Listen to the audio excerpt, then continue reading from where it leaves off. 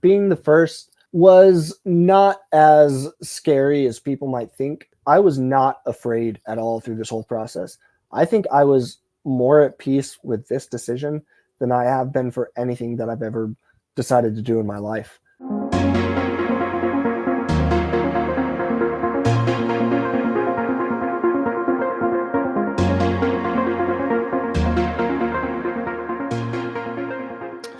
Welcome, everyone, to Tesla Owners of Silicon Valley. We are doing a midweek live podcast. We have myself, John Stringer, aka President and Founder of Tesla Owners of Silicon Valley. Steven, introduce yourself. Hey everyone, Steven Plata, Director of Business Development for Tesla Owners Silicon Valley, and super pumped about today's podcast. I'll pass it back over to John, and he'll give the intro here. Yeah, so all of you have obviously heard of Elon's companies, right? We obviously live heavily in the Tesla space and SpaceX space, but there's an amazing company called NEURALINK that is helping humans in so many different ways. And we get the blessing today to talk to the first ever NEURALINK patient and talk to Noland about his experiences with getting NEURALINK. How did he find out about it, and his whole just life experiences and how he got to where he is today. So we could not be more excited to introduce Noland. How's it going, buddy? What's up, guys? How's it going? It's going great, man. It's going great. So first off, thank you so much for coming on our podcast today. We've been such huge fans of, really from the first time we found out that you were the first patient. We've been following your story very closely. And so thank you for coming on to our podcast today. Yeah, absolutely. I'm glad to be here. Thanks for having me. Well, awesome. Let's just kick it off. Just tell us a little bit about, who is Noland? Tell us about, your upbringing, your story, and just, a little bit about yourself so we can get to know you a little bit more. Yeah. How much time do you have? Jeez. I guess I could talk about myself forever, but I'll keep it short. I was born in Hawaii. Parents moved to Yuma, Arizona, got divorced. My mom stayed here and remarried. So this is where I grew up.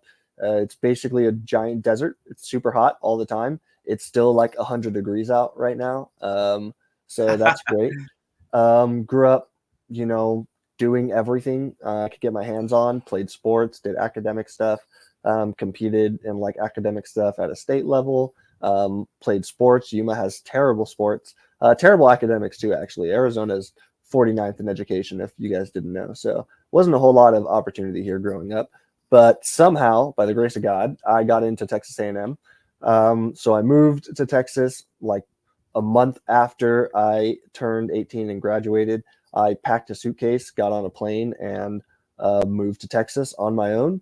I had a couple friends around in Texas, around the like Dallas area. And so I like had them grab me a couple things. We went out and shopped for college, and then they dropped me off at College Station. I'm super independent. That's kind of why I did that. I just wanted to be on my own. I went to 4 years at Texas A&M. That was awesome. Gig 'em. And a couple months after my senior year, I had my accident. So that's kind of where everything starts. Yeah, well, if you could just, tell us a little bit about, if you're open to it, tell us a little bit about your accident, and then ultimately, what happened after your accident, and how did you even find out about, how did this obviously impact your life from the accident, but really, how did you even hear about NEURALINK? Yeah, so I have no problem talking about it. I'm super open about all of this. I can go into like all the gory details. I'll spare people because it's a little gruesome. But 2 months after my senior year of college, I turned 22, April 30th. So June 30th, 2016, I was working at a summer camp up in the Pocono Mountains on the border of Pennsylvania and New York. It was our first day off, and a bunch of us had gone to a man-made lake. I think it's in New York. And we were just kind of hanging out, having a good time. There was a beach that sort of leads into a water in like a sectioned off part of the lake. So like when I tell people I had an accident in the lake, they always think, oh, you're jumping off something really high, like jumping off a cliff. You're diving into the lake and you hit the bottom. Or like, oh, where you were swimming in the lake, maybe there was like a piece of dock, maybe there was, stuff floating in the water. I'll just go ahead and squash all of that right now. It's not possible. Didn't hit the bottom, didn't jump off anything high. There was nothing in the lake. This was like a cordoned off section of the lake where people had been, swimming for probably decades. And so a couple of guys and I ran from the beach into the water. We were planning on running in, like dunking a bunch of the girls that were just kind of standing around, like not getting wet. We thought it would be pretty funny. So we ran in together and all sort of like not dove in, but went under the water, kind of at waist level, like wading level, almost like you run from the beach into the ocean. And then once the water gets high enough, then you kind of dive under a first wave. That's basically what we did. I think one of them just had like a, stray fist, elbow, leg, knee, foot, maybe head, but I caught something on the side of my head and it dislocated my C4, C5. Just kind of popped off and back in. I did a lot of damage to my spinal cord though. I like to say that I do everything at 110%, and that includes my injury. I hurt myself basically as much as you can hurt yourself. So my spinal cord was pretty jacked up. I was in surgery like an hour later. There's a whole story around that I could go into. I think that God's fingerprints were all over that day, from like the people I was with all being lifeguards, having just done like backboard training a day before. So like spinal cord injuries, they had just worked on it. There was, like an ambulance who had just gone on a call that was canceled. So they were like 2 minutes away, just driving by, all sorts of stuff. So I had my surgery that day, and it was rough for a while. Obviously it was pretty hard, but I'm a pretty go with the flow, casual dude. Like I just don't stress about things. That's kind of how I was through my accident. After my accident, I just moved on. I think I fell into being paralyzed maybe a little bit too easily.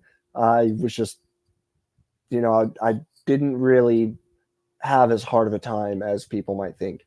Obviously there were really, really hard like days, but I was never super depressed. I don't know. There was just this spirit in me of let's accept this and move on and try to make what we can out of it. That's what it was for 7 years.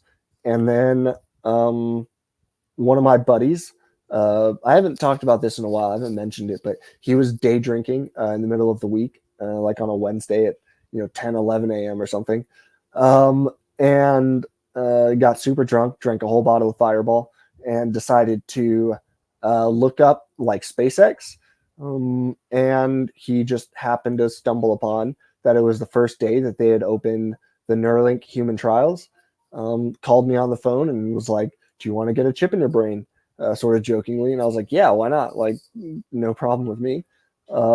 He kind of gave me a 5-minute rundown of what Neuralink was, because I had no idea what Neuralink was. I didn't know about it. So he kind of told me, and I was like, yeah, I might as well apply.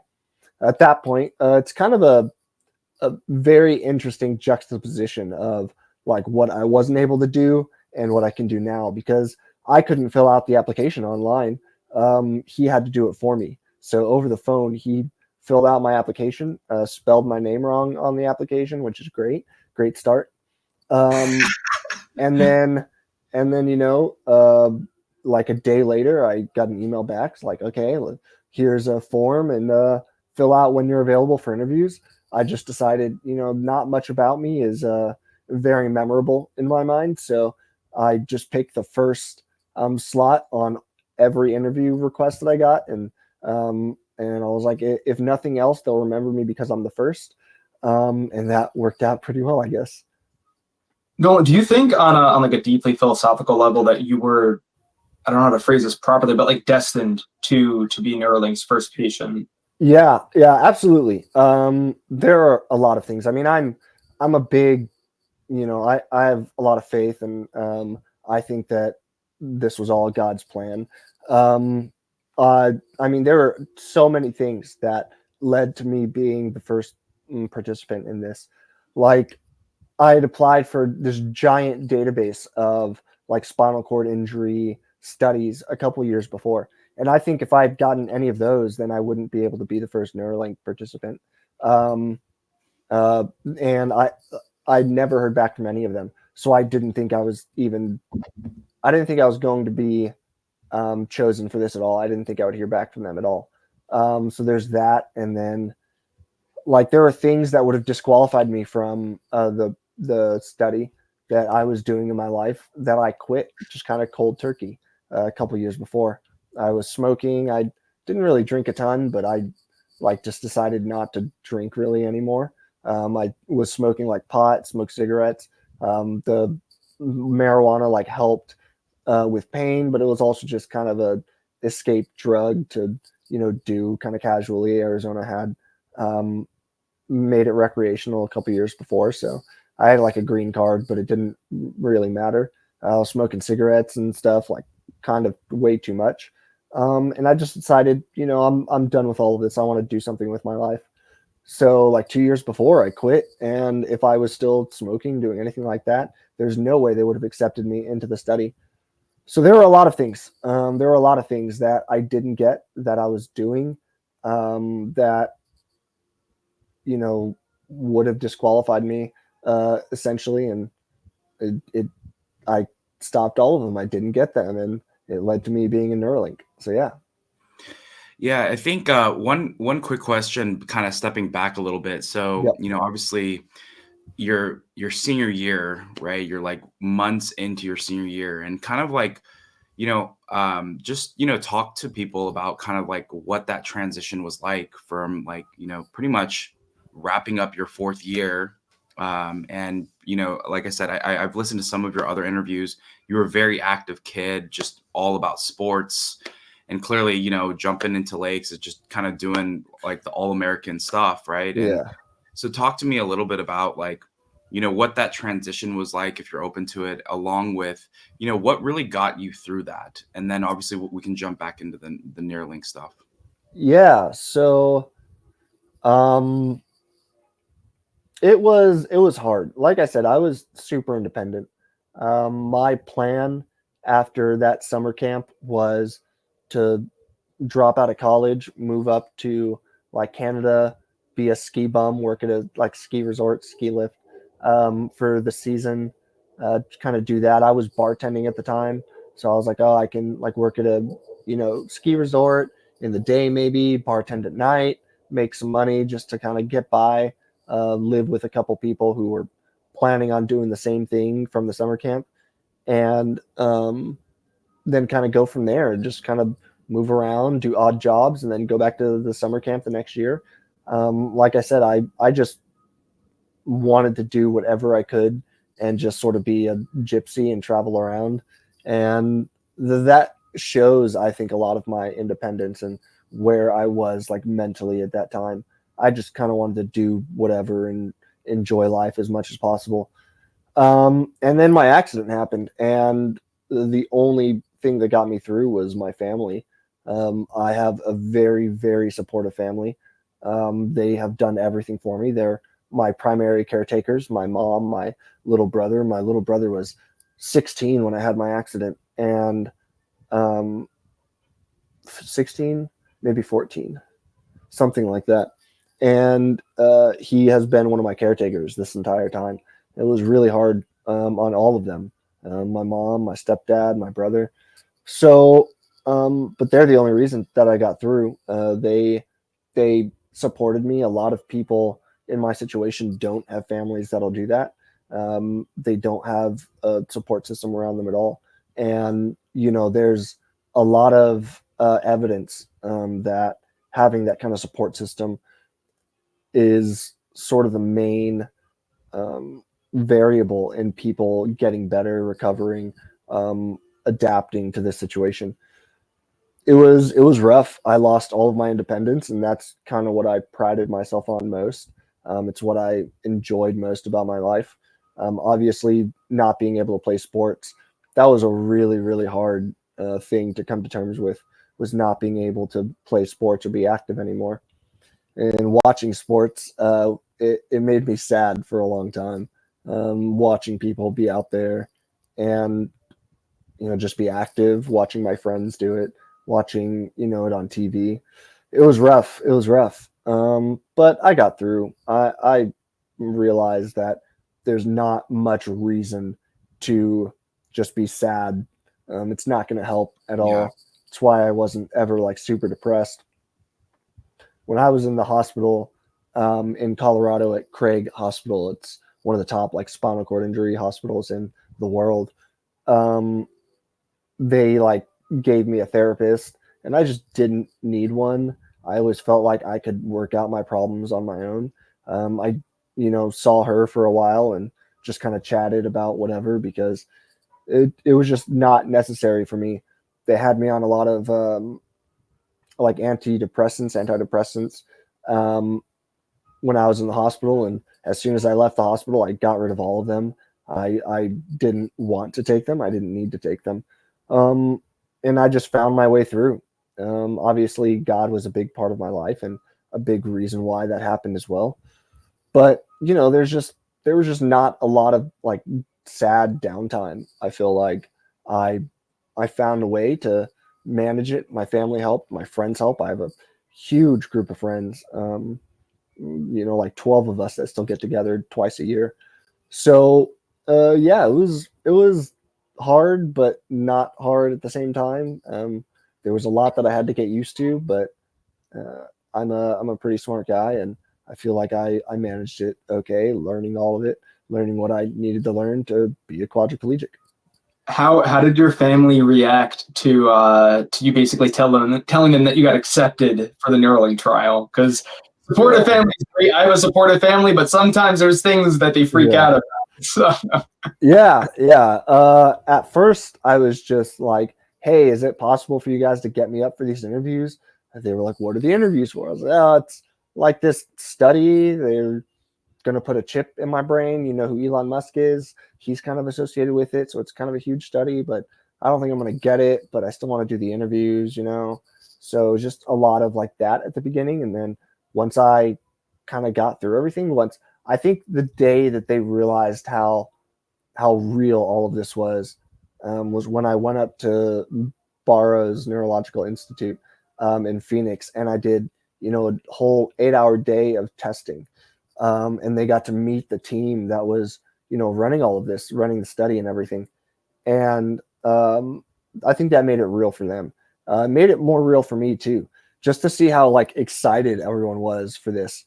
Like the energy in that hospital was palpable, like how excited everyone was. I didn't realize like how big of a deal it was at that point. I was just like, this is something cool. This is a lot of fun to be a part of. But they like shut down a whole wing of the hospital to make sure that no one knew I was there, and like keep everything a secret. That was super cool. It was very, very cool to interact with everyone, and my parents getting to interact with everyone. I think at that point we were like, okay, like this is a big deal. And then a couple months later, they told me I was going to be a participant. A month after that, they were like, you're going to be the first participant, and we're doing surgery in 2 weeks. I had to talk Wow. my parents through. My mom mostly like, okay, I'm getting brain surgery. Like, here's the list of negative side effects that are possible. She read like 3 of them, and she was like, yeah, I'm good. Like, I don't want to read any more of these. That's not something I want to think about. But they were incredibly supportive. I think I would say maybe like 98% supportive, 2% like freaking out on the inside that I'm going to have brain surgery.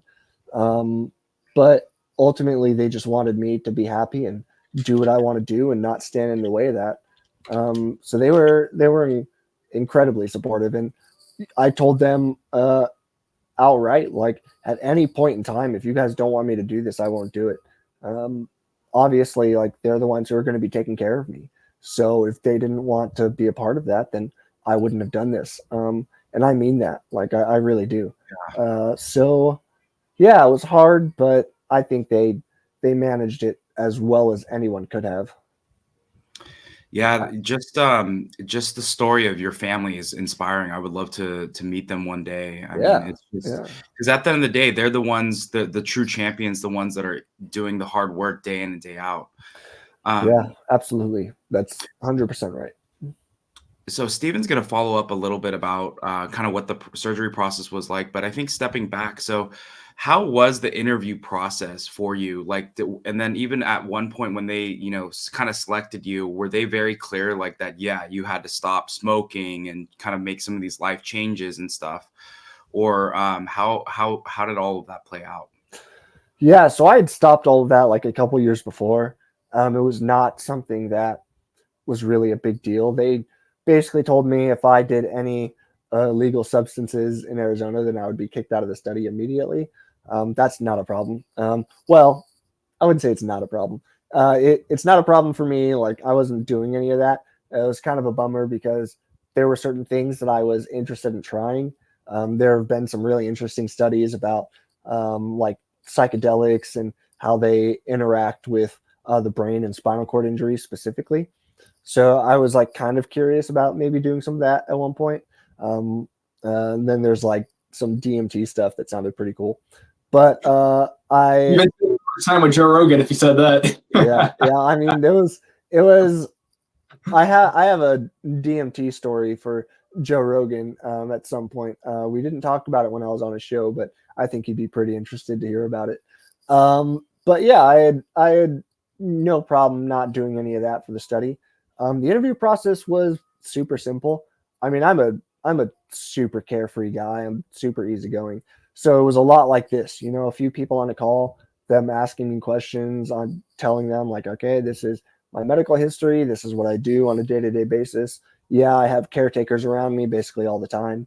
I think that was a huge thing because they just needed people around to help me on a day-to-day basis with like Neuralink stuff, um, like preparing me for the surgery and everything. So that was a big thing. They did like a psych exam, which was fine. I think I passed. Okay. They did like a lot of baseline stuff, like here's baseline memory, like what you're capable of. Here's baseline, like how crazy you are and stuff. They did all of that, and uh, just made sure that I was exactly what they were looking for. They had a really, really strict criteria, um, list of criteria. They told me, I can't even tell you countless times throughout the process, they were like, if at any point in time we ask you a question and your answer doesn't line up exactly with what we're looking for, then we'll tell you, okay, thank you. But that's it. Like we're going to go in a different direction sort of thing. And I expected that every time we talked. I mean, they asked me so many questions and that, all of them just sort of fit exactly with my situation. Like, how much movement do you have in your hand and arms?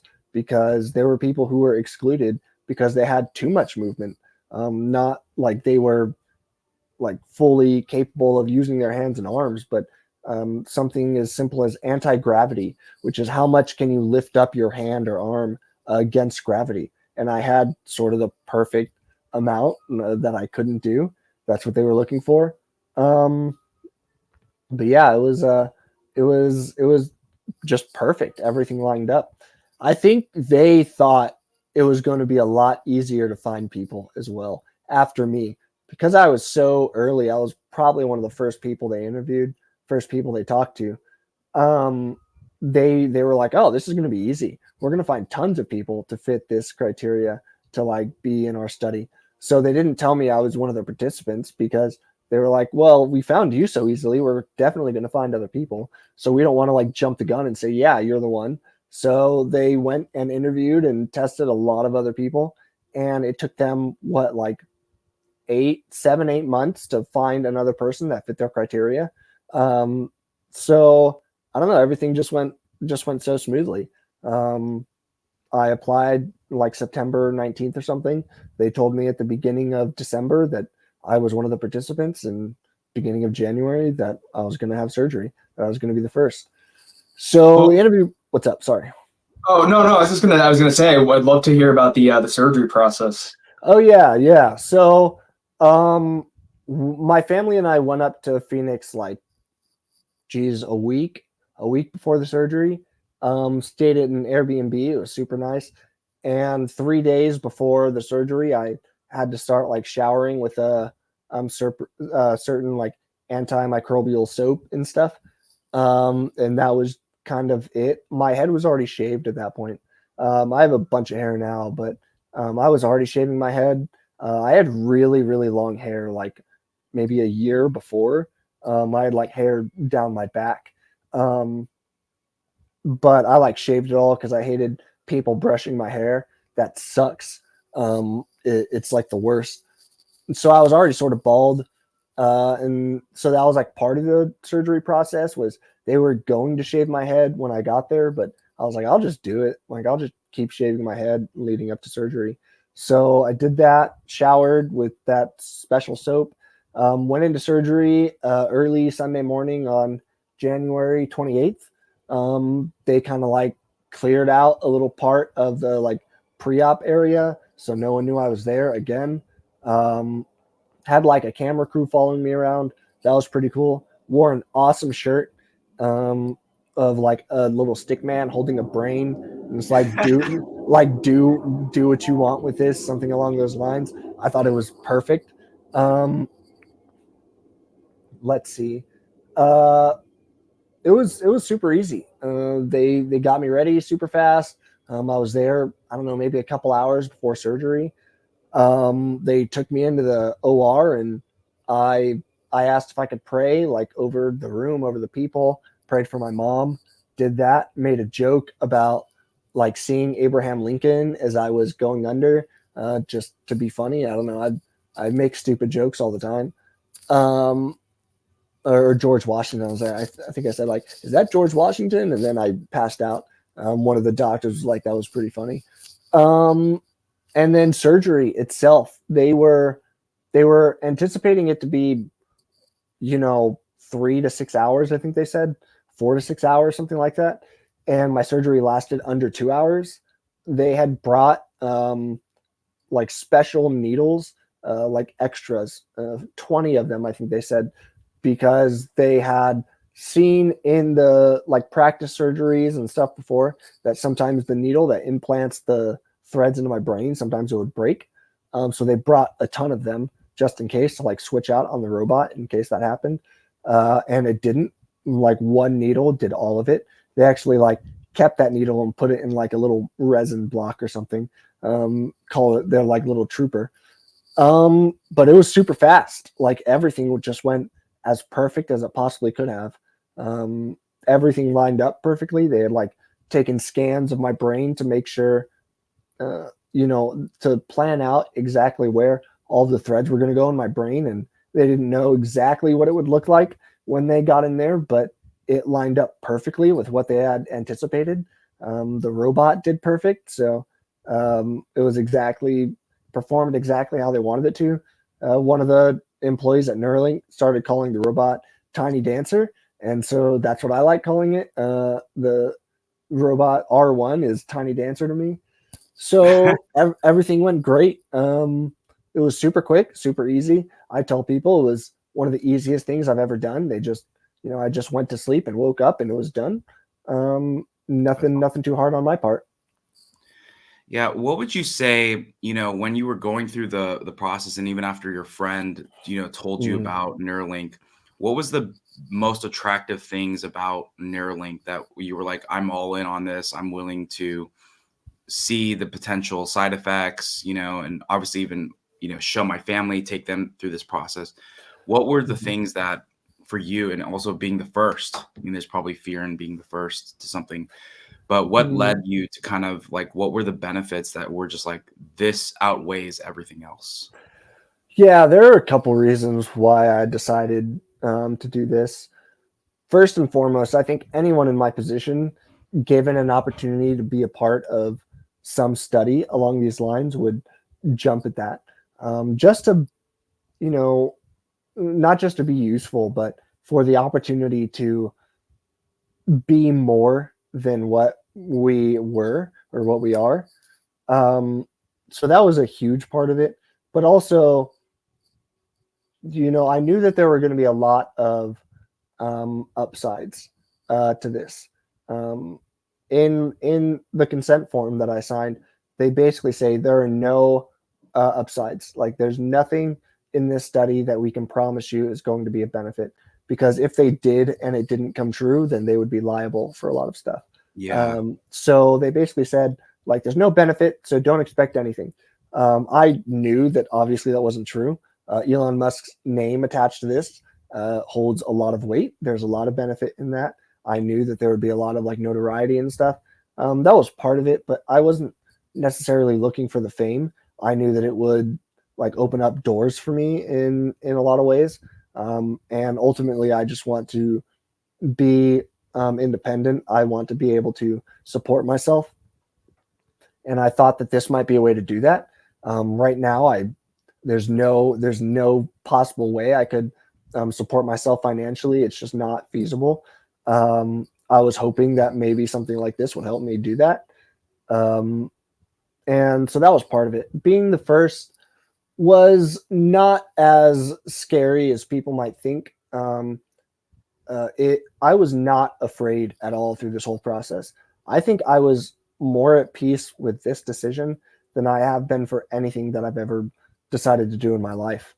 It was very natural to me. Obviously, there are some downsides being the first. You don't know if it's going to work. You don't know how safe it is. I was the first person to get that surgery with the robot. It's the first person to get like the Neuralink at all. So I knew that, this is going to be the worst version of this implant that will ever be in anyone. And there's a lot of unknowns there. Like I said, I was super at peace with it. I wasn't afraid at all. I thought I would be leading up to surgery. Like the night before, I thought I would start freaking out. I didn't. I was just kind of casually watching TV, hanging out with my buddy and stuff, making jokes still, made jokes throughout the whole process. So, yeah, it was very, very easy. Ultimately, I knew that given the opportunity to be the first, I would never shy away from that, because, there are risks involved. And I knew that if I decided not to be the first, if I decided, I want to wait and let someone else go first and something terrible happened to them, I would never forgive myself. I wanted to take that risk on myself. I knew that even if something terrible happened, even if I died or become, brain damaged or anything like that, I knew that it would help people later on. I knew that them learning what they did wrong would help people. And I was okay taking that risk. I felt like it was my responsibility. If that happened, then that's what my life was. That's what my God's plan was for my life. It might not have been to have this succeed and me do things, go far with it. Maybe it was to have something terrible happen and, help people in that way in the future.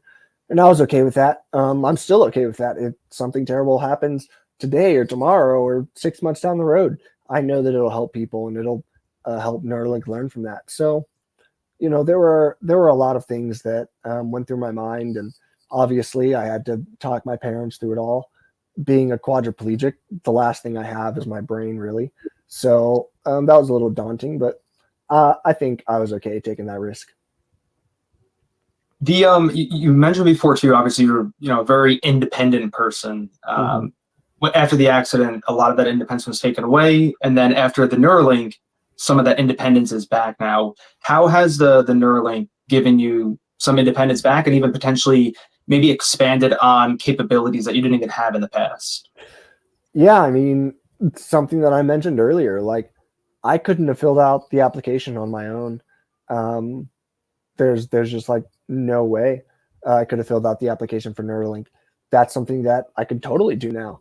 If I wanted to apply for anything, I could fill it out on my own. It's something like as simple as that. People don't realize that there are just little things that make a big difference. Being able to interact with the computer and the internet, texting, messaging, writing in any way. All of that has changed for me. I've been given that ability. It's given me a lot of independence back. I feel like I don't see my family as much as I did in the past because I don't need them for a lot of things. I can be on my own for hours, into the night even. That's something that, I wasn't really able to do. I used to call my family and my brother and my parents maybe a few times during the day, maybe even through the night. I would call them and ask them to do a couple things for me. And that was really, really hard on them. I think they sleep a lot more now. Um, Something like, before I was using a mouth stick and an iPad where I had like a stick in my mouth and I had an iPad that I would just kind of touch, like kind of use the stick and like use it as a touch screen. I had to be positioned like sitting up like that. They had to physically like move me and sit me up in a certain position so I could do that. Um, if I wanted to do that, say into the night, I needed one of them to stay up with me. That was really hard. I decided never to do that because I never wanted to make them lose sleep just so I could play around on my iPad.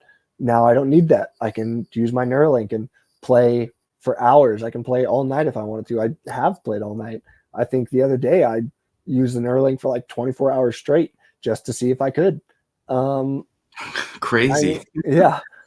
So there's a lot that I can do now. I just feel way more independent. Sending a text is super simple, whereas before it could have taken me 10, 15 minutes. There's a lot that I think I'm more capable of. And that leads me to, like I said, maybe being financially independent in the future, getting a job, going back to school and finishing my degree. There's so much that I feel like I can do, and it just gives me a lot of hope for the future. And it makes me think that it should give other people a lot of hope for their futures and what they will be capable of. Because if I'm able to do this with the first implant, I can only imagine what the next gen stuff will be and what it'll do for people in situations similar to mine. Yeah, the story is just, I'm just sitting here and I've listened to a couple of your interviews and I'm just continuously blown away. How would you share, like, how are things going today? What's the maintenance been potentially like? How has there been any issues that you've had to work through, like loose threads and other things like that? I think you potentially have mentioned, but how are Yeah. things going today? Yeah. So, like a month after my surgery, we experienced some performance loss. I thought it was something on their end. I thought they had done something on the software side, and then they kind of like ruined it. And I was like, guys, like fix it, like do what you got to do. Turned out that some of the threads had retracted from my brain, like immediately after surgery, and for a month after that. So that was really hard. I thought that basically I'd been shown a view from a mountaintop. Well, in my mind, it wasn't even the top. It was just like a little bit of the way up the mountain because I knew it could get way better. And then it was all going to be taken away from me. And that was really, really hard.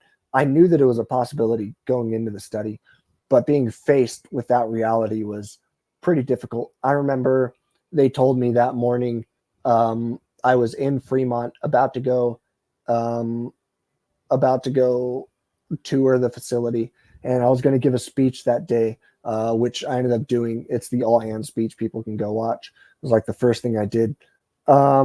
I was going to do all of that, and that morning they came to my hotel and told me because they wanted to be upfront. They wanted to be very transparent, which they have been through this whole process. And then on my way over to the facility from the hotel, I remember like just crying, just bawling. So I was like, this sucks. Like, I wanted to do this for months, for years, if I could. And after 1 month, it's going to be gone. Ultimately, I decided that um, I, I, nothing had changed.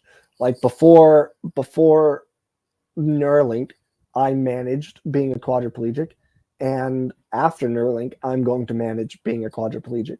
Like there's a lot that hasn't changed. I still have to do a lot of the same things that I do on a daily basis. Um, and so like before and after, I'm gonna get by, and that's what I decided, and that's Like it's just going to be like it was. And I think that's okay. And it might be like that someday when I'm out of the study. If I don't have a Neuralink again, it'll be like that.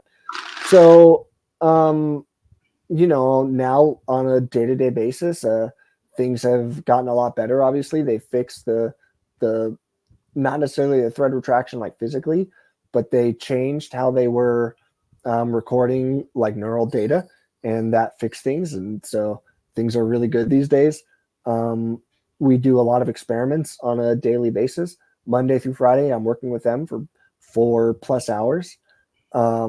And they just do a lot of experiments trying to figure out how they can tweak the software to make this as good as possible, how they can fix the user interface to make it as friendly as possible for people that come after me.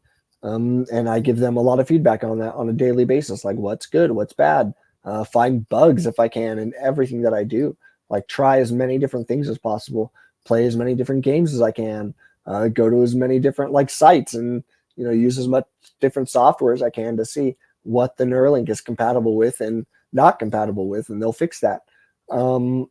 So things are great these days. We are working on a lot of different things. They gave me phone control the other day, which was super cool. So I've been playing around with that. And yeah, like some things are hard. Some things we haven't figured out. The handwriting stuff, it's like, feels like it's 80% there, but we're just trying to get over that hill to make it better. And we do that on a, daily basis. We're trying to figure out what exactly is the block here. What can we do to make this, better and to make this feasible in a way? So yeah, sorry, go ahead. You shared in the beginning, I'm just kind of reflecting on this. You shared in the beginning how there was an extensive list that you had to meet all of this different criteria. But was there even a question on there of like, how resilient of a person are you? Like how strong is your spirit? Because I mean, it goes back to the question before, like, were you destined to be the first? And John and myself we're both Christians and strong relationship with God and in the Word. And there's in Philippians it says I've learned to be content in all things. And I look at you, I feel like I'm pretty content in life. Like when things go south, I'm pretty content. Yeah. But if you could even just share like how do you have such a content spirit in all things?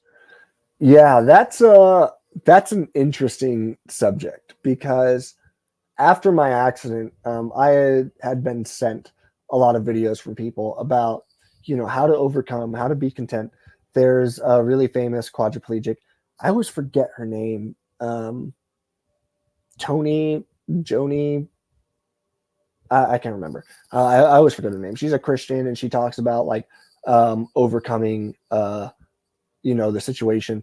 And she talks about like finding, like you said, being content in our situation and finding the joy and finding happiness in the situation.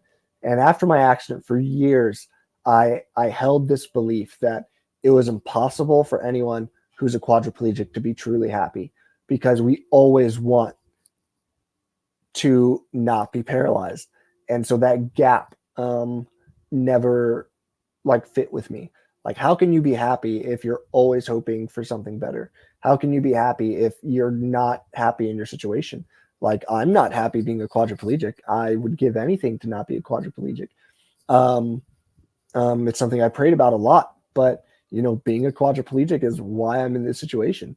If God would have healed me, if I would have healed like medically in any way, then there's no way I would have been the first Neuralink participant. I mean, there's a lot of things going on in the background in our lives that we have no idea about, that God is working for good. And I just found, eventually I found that there is a way for me to find happiness in all of this. It's about looking at the little things in my life that I'm thankful for, that I'm grateful for on a daily basis. It's something I think about. I remember before I prayed and I told God, I will go out and use my gift of speaking, use my ability to go on stage and talk to people, tell my testimony, whatever. I'll do it all for you, God, but not as a quadriplegic. If that's something that you want me to do, then my condition is heal me, and then I'll do it all. Obviously, I lost that argument, but that's fine. Like I found a way. I found a way, and I think it just has to do with the support that I have, the love that I get from all sides, from my family and friends, from God, and realizing that I can still affect a lot of change as I am. And I don't need to be able-bodied. I don't need to be healed in order to help people. And if I can, then I will. And I found a way. Obviously, I was given this opportunity. I am super blessed. I'm very lucky. I did nothing but be who I am in order to get it. And I feel like that's something I am immensely grateful for. I don't know. It just kind of came naturally to me to find a way to overcome. I've always been looking for ways to better myself, and I think this is just one way. Thank you again. I mean, again, like just really thankful to hear the story and to be able to share this with others. How do you Yeah. think that this Neuralink and even future generations will benefit paraplegics as well? Yeah, so there's a lot. There's a lot that I think could be better, could be improved, and there's a lot that the Neuralink is going to change in the future. And the Neuralink itself will change. There are a lot of there's a lot of work being done at Neuralink as well for helping people with spinal cord injuries specifically. You take two implants, you put one in the brain, say in the motor cortex, and you put one below the level of injury, and then they speak to each other basically, and that bypasses the part of the spinal cord that has been broken, that disconnect, and so people would be able to theoretically would be able to walk again, to move again. I think that's just one of its future capabilities. I think that it's definitely going to happen at some point. There are certain things that they need to figure out, but I believe that they are capable, and I believe that it's possible to do what they're trying to do. There's a lot of work being done out there to help people with spinal cord injuries. I think this is just one way, and I mean that's just the thing that's the most on my mind all the time when I think about what I am doing and the work that I'm doing is trying to help people with disabilities first. Obviously, at some point, it'll be released to the public, and people will be able to get the implant and use it for kind of whatever they want, whatever it's capable of at that point. I think that that's cool, but I'm looking to help people with disabilities first, and it starts with people with spinal cord injuries, like obviously like me, and P2, but it'll help people with other disabilities eventually, people with ALS, people that are blind. Blind sight got very, very early approval for just sort of proof of concept sort of stuff from the FDA. So I think that it's going to change the medical field in a lot of ways.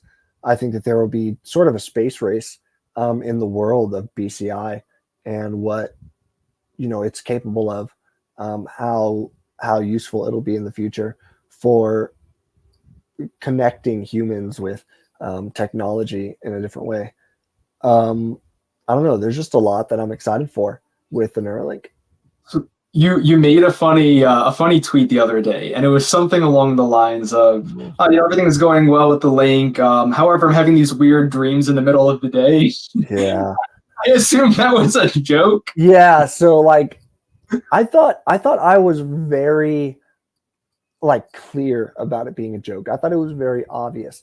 I mean, I said how I let off was like, "Hey guys, sorry I haven't posted in the last couple of days, but I had been posting in the last couple of days." So I thought people would connect the two. I thought they'd be like, "Oh, this is a joke," because the previous previous 2 days, I was making jokes about like Eve taking my body over, my implant, like taking over and stuff.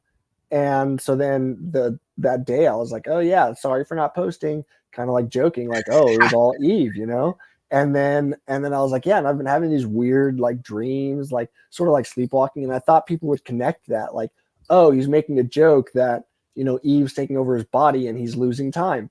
But the amount of like messages I got in comments, like, oh my gosh, are you okay? Like, please post the dreams and we'll try to interpret them for you. Or you should start a dream journal. And I was like, guys, it's a joke. Like, I'm sorry, it's a joke.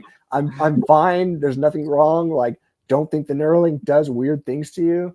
But yeah, it was kind of a hit and miss, like it was over a lot of all the things to be selected for. I think Elon put like must be a troll on there. yeah. I thought it was hilarious. And I thought it was really good. I thought it was very tastefully done. But I also have like a responsibility to tell people that this is safe and there's nothing wrong with it. And so I was like, oh, maybe I shouldn't make certain jokes. Maybe certain things are like a bridge too far. People won't really understand. But I don't know. I thought it was good. Yeah, you've shared a little bit about how, I mean, I think you were even talking about drawing, I mean, and how Yeah. potentially, you weren't able to before that. I think you even shared like a picture of a cat on the air, when Yeah. you were. Tell us a little Yeah. bit about that. What's the story behind that? Yeah, it was just a little meme kind of thing that I made. I thought it was kind of funny. It blew up. It got so popular. I was flying to Austin to visit like the Neuralink facility, to visit the Gigafactory, to do Joe Rogan, to do Lex Friedman, just to go and like do everything I could around Austin. Um, and it was really important to me to try some things while I was on the plane, to show people that this Neuralink is not something that you need to be in a lab to use. It's not something that you need to be like hardwired in to use, plugged into anything. You can use it 30,000 feet in the air, and I thought that was really important to like show people. And just for fun, I was like, oh, I'll just like make a little meme to explore this, to show people what it's capable of. And like drawing those little mustaches and like signing it and stuff was pretty hard, honestly.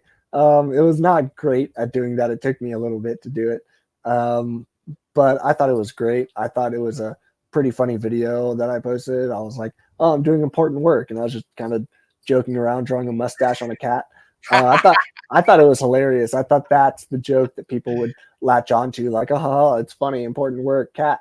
But the cat meme picture blew up. It was not something that I expected to happen at all. Yeah, so now it's just like this huge thing, like crypto stuff, like the amount of people I get that are like, like mention the cat and stuff, like, how's your cat doing? How's your dog doing? I'm sure just by saying it right now, people are going to clip this and they're going to be like, look, you talked about the cat. And then it's going to like, crypto is going to like blow up again.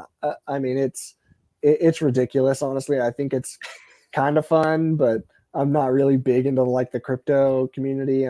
I've like posted like some Easter eggs. I had like my pump fund open one day and a tab just to kind of like mess with people, and that really took off. People have been like harping on that for a while. But drawing itself is kind of difficult. We've been working on it. One of the guys at Neuralink and I have like kind of after session-ish, we have been like playing around with it. And we've gotten some like ideas on how to use it a bit better. And so it's improving. It's not perfect, but it's something that I told them I would really like to do. Because I like to, like play around with some AI art and then like make like changes to that, like draw on it and like change it in a meaningful way so I could use it to maybe like, I don't know, for like my own art and copyright it and everything and like use it for some of my like content or something. I don't know, but I've thought about it. And then just drawing in general, being able to like sign my name on things, write my name. I think that's important to be able to do. So it's something we've been working on. Yeah, no, I mean, it's amazing what you've been able to do with Neuralink. I mean, I do know, especially when we posted this interview, NeuraCat community, Yep. the whole cat community was just going crazy. So Yeah. I know, you got a lot of fans in the crypto world, that's for sure. Yeah, what's up, guys? How you doing? Yeah, I'll drop a crypto coin at some point, so you can stop asking. I'll do it eventually. Don't worry. And we'll just have some fun with it. Guys keep asking me to make another meme. I already have. I'm just waiting to post it at a good time. So look forward to it. There's a lot that I'm doing in the background, so you guys can do with that what you will. I'll just sprinkle in a little bit of that and make the community go wild. But I hear you all. I see you all. Thanks for everything you guys have done, I guess. I know a lot of people have asked to like send me stuff and give me tokens and, donate to me. I'll get around to that at some point. I don't really like taking money from people or taking things from people. So that's not something I'm very good at. I want to start a charity at some point. So maybe I'll just have you guys donate to that if that's a thing. But yeah, thanks anyways. So Nolan, a big question for you here as a pioneer in the realm, obviously first, it's like the YouTube comment first.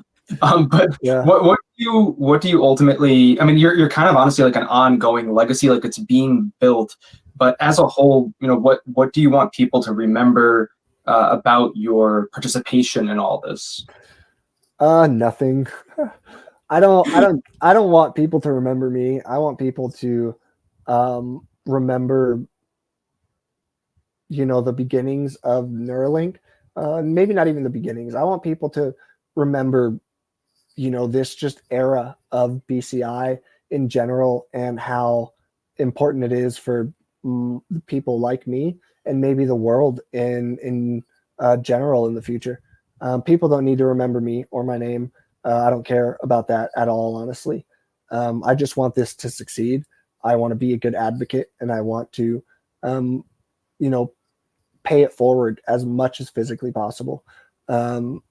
So yeah, it doesn't matter to me if people remember who I am in a year, in 5 years, whatever. Yeah, no, that is super humble, Noland. How would you say, like, how are things looking like today as far as like, do you expect to do another implant? Are you talking to Neuralink on like a regular basis? How does the day in, day out kind of look for you? Yeah, so like I said, I'm on with Neuralink for 4 hours a day, Monday through Friday at minimum, really. As far as like a second implant goes, I would do that if they wanted to, if that's something that they are thinking about doing. I don't think it'll happen in at least this part of the study. Obviously, this is like a safety and viability study. So I'm not sure that they want to go and do like another implant. They really want to see like how safe this is first, if it's viable, which I think they've found that it is. They just need to present all of this to the FDA and then go from there. Like next steps, what's next for Neuralink? If it's a second implant, they either obviously have to do it on someone who already has an implant, or they just go in and put two in someone at one time. That might be preferable for them because then they wouldn't have to do a second surgery on someone. It'll just be one surgery where they do both. So yeah, I'm not really sure what their plan is. It's not something that we talk about. Really, I've mentioned that I'm kind of open to whatever they need to do, whatever they want to do. I'm just here to help them in any way possible. Obviously, someday I'd like to, like upgrade this. They can't promise me that either because that's incentives, and they can't incentivize me to stay in the study in any way. So they can't offer me anything. They can't give me anything to like, again, incentivize me to stay. So we'll see. Whatever they want to do, I'm game for. If this is all they ever use me for, then that's fine too. I'm here to help however I can. Yeah. How do you personally, kind of like just wrapping up, how do you see Neuralink changing in the next 5 to 10 years? I mean, things are happening so fast, but yeah, how do you see things changing? Yeah, things are happening pretty fast. I think things have slowed down in some ways with me, with like what we're working on, but they've sped up in a lot of other ways. I think the more participants that they add to the study is just going to increase this exponentially. That's what I was most excited for. Basically, the whole study is I'm able to give them so much feedback. I'm able to help them so much in a lot of different ways. I can only imagine what it'll look like with 2, 3, 10 participants. And they're planning on doing hundreds, you know. I think when that happens, it'll explode. I mean, BCI has already sort of taken a, like taken off. So I think it's only going to grow from here by orders of magnitude. Where it'll be in 5 years, that's hard to say. This is sort of like AI or the internet, where at the beginning people have ideas. They're like, okay, this is what I want to use it for. This is where it's going to go. And then 5 years later, it's a completely different product, a completely different, being in itself, a different entity. So I'm not sure where it's going to be in 5 years. I hope that they are working on more things for people who are handicapped. I think that's, again, on my mind first and foremost. Anything after that is just a plus for me. What it's capable of is just kind of mind bending. Like I'm always very surprised at how capable it is of learning like my intentions and what it's capable of as far as like drawing or typing or things like that. I think that's super, super cool. Like I said, I just connected to my phone the other day. So like it's able to connect to different pieces of hardware, different things. I have this vision that, a lot of things that you buy today that are able to be controlled, say by like voice control or something like that, they are like Alexa compatible. I think it's going to be the same with Neuralink someday. I think products are just going to be built with software in it to make it Neuralink compatible. I think that'll be really, really cool. I don't know that it happens in 5 years. Obviously, I have no idea when this will be released in the public. I have no idea how many studies they have to do with this before that happens. I know that they are planning on building like a clinic in Austin where people can go in and get a Neuralink, like same day sort of thing. I'm not sure when that'll happen, if it's in 20 or 50 years. No clue. I have no idea, but I know they have a lot of plans, and I'm here for the ride, man. Yeah. Well, I know we hit the top of hour, and I want to be respectful of your time, but Yeah, it's all right. I just want to say first off, thank you so much for just being an inspiration for, other people really just in your similar situation and just really in general, right? Like I'm inspired just by hearing your story and how, you went from one situation to another and you're making the most out of it, and how your faith has really been, your stronghold and stuff. And so I don't know if there's any final thoughts you want to share with our audience, but outside of that, obviously we tagged you on X, and obviously we posted your handle also on our YouTube channel. Cool. But yeah, I wasn't sure if you had any final thoughts. Yeah, I don't know. Not to put you on the spot. Yeah, I don't know. There's a lot that, I want to do and talk about with the community. Obviously, it's been a little hard for me to express a lot of things that maybe I'm interested in or what I believe. It took me, 8 months to post about my faith because I didn't want to be exclusive. I didn't want to exclude people at all in this journey. I thought that it was my responsibility to be as inclusive as possible, and posting about my faith or my political ideals or anything would, turn people off from the situation. I'm sorry if that's happened. Again, there are a lot of other things I'd like to talk about. I'd like to talk about, as you can see in my background, like a lot of anime and manga and things. There's a lot of, I'm a big reader. I can talk about books. I can talk about all sorts of things that I'm interested in. Sports. I'm a big sports guy. I just don't know like how much people want to like hear that. If it's all just like, okay, you're here for Neuralink and that's it. We'll see over time if people are interested. Maybe I'll kind of start spreading out a little bit and being a bit more rounded with what I do. I'll be playing some games at some point. got my RuneScape all set up, so that's gonna be freaking cool. I'm so excited. Cool. Yeah, but I'm here. People can message me, and as much as you guys want, I'll try to reply. I've been a little bit more active in my comments and stuff, so I'm trying to like be a bit more active and reply to people and talk to people and get to know people. That's super cool. I won't really take money from anyone, so you guys can stop offering. At some point, I will like either post some sort of like charity thing. I'll post like a GoFundMe or something if I need anything. I think I'm doing okay right now. I think that I'm happy just being a part of the study and everything. Oh my gosh, I had someone send me one of the coolest things the other day, which I'm going to post about at some point. It is freaking awesome. Someone's finally listening to what I want throughout this whole study, and I'm going to post about it. That was super cool. But yeah, I'm just really grateful. You're not going to share? Yeah, it's I'll post about it. I have a video. I have a video of me using it. It's so cool. It's so freaking cool.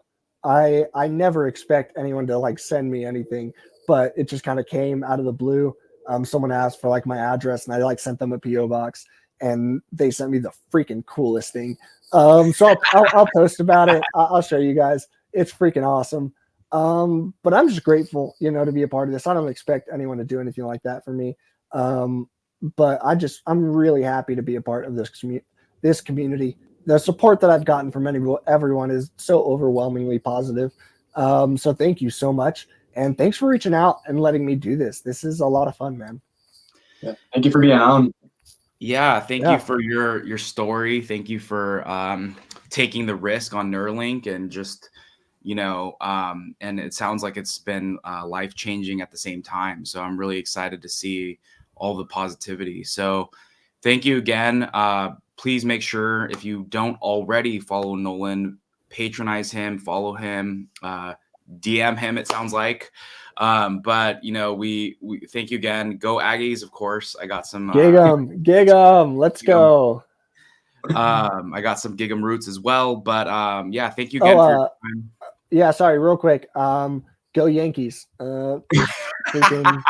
Freaking A. I'm not a Yankees fan, but I hate the Dodgers so much. Hey, I'm there with you. Yeah. So go Yankees. One of my friends has been telling me to post about the Yankees. I won't do that, but I'm a big sports fan watching the World Series tomorrow. Love me some Shohei, but hate the Dodgers. So go Yankees. Let's do it. Yeah, I'm a Giants fan, so I hate the Dodgers. Oh more. Yeah. NL West, dude. Yeah, of course. Are you a D-backs fan? Yeah, huge Diamondbacks fan. Yeah. Cool. Well, awesome. Thank you again, Noland, for your time. Thank you, everyone, for tuning in. Make sure to patronize Noland as well, along with, make sure you like and subscribe to this channel, especially this video, to get it so we can share Noland's story with more and more people. And we will see you guys all next time. Have a great day.